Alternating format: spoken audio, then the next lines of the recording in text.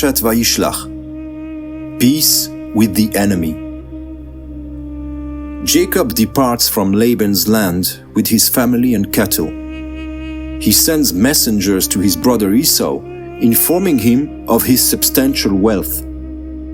The messengers return with news that Esau is approaching with 400 heavily armed soldiers.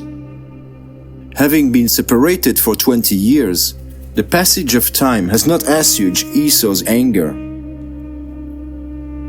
Fearing the encounter, Jacob divides his people into two groups, intending to preserve one if the other is besieged by Esau's troops. In this moment of anxiety, Jacob turns to Yahuwa of hosts in prayer.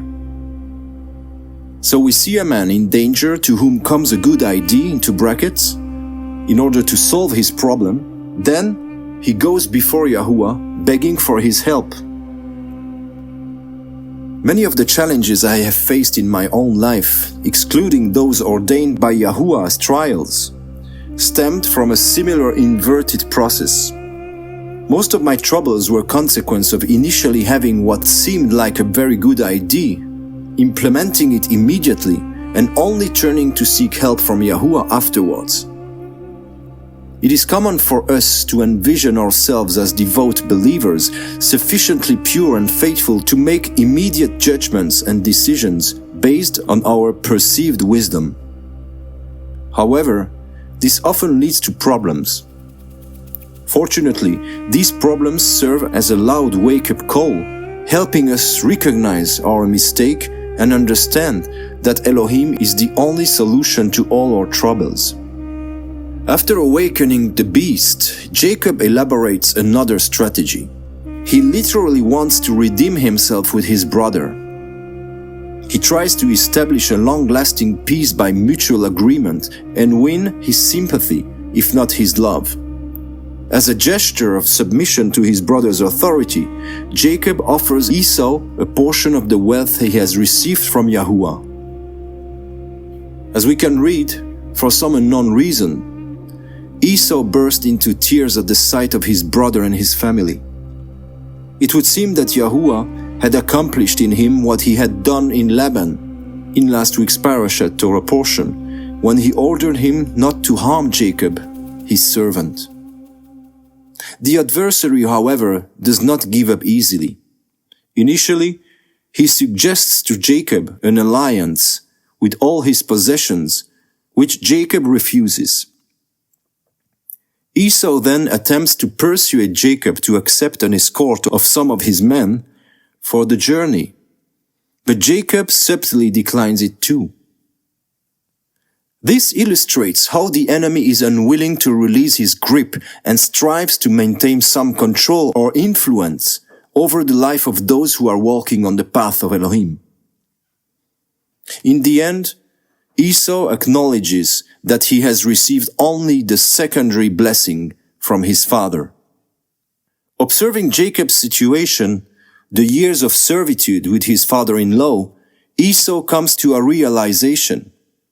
He understands that he has no desire for a blessing that leads to such a difficult journey like his brothers. Esau likely did not exert the same effort as Jacob in order to amass his wealth. One can imagine how a skilled hunter like Esau could have accumulated riches. Esau is a man of the world, finding true comfort and contentment only in this world, where hunting, plundering, and immediate enjoyment of possessions are permitted.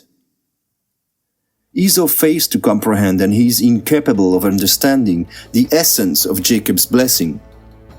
This blessing is not rooted in earthly pleasures and rapid success.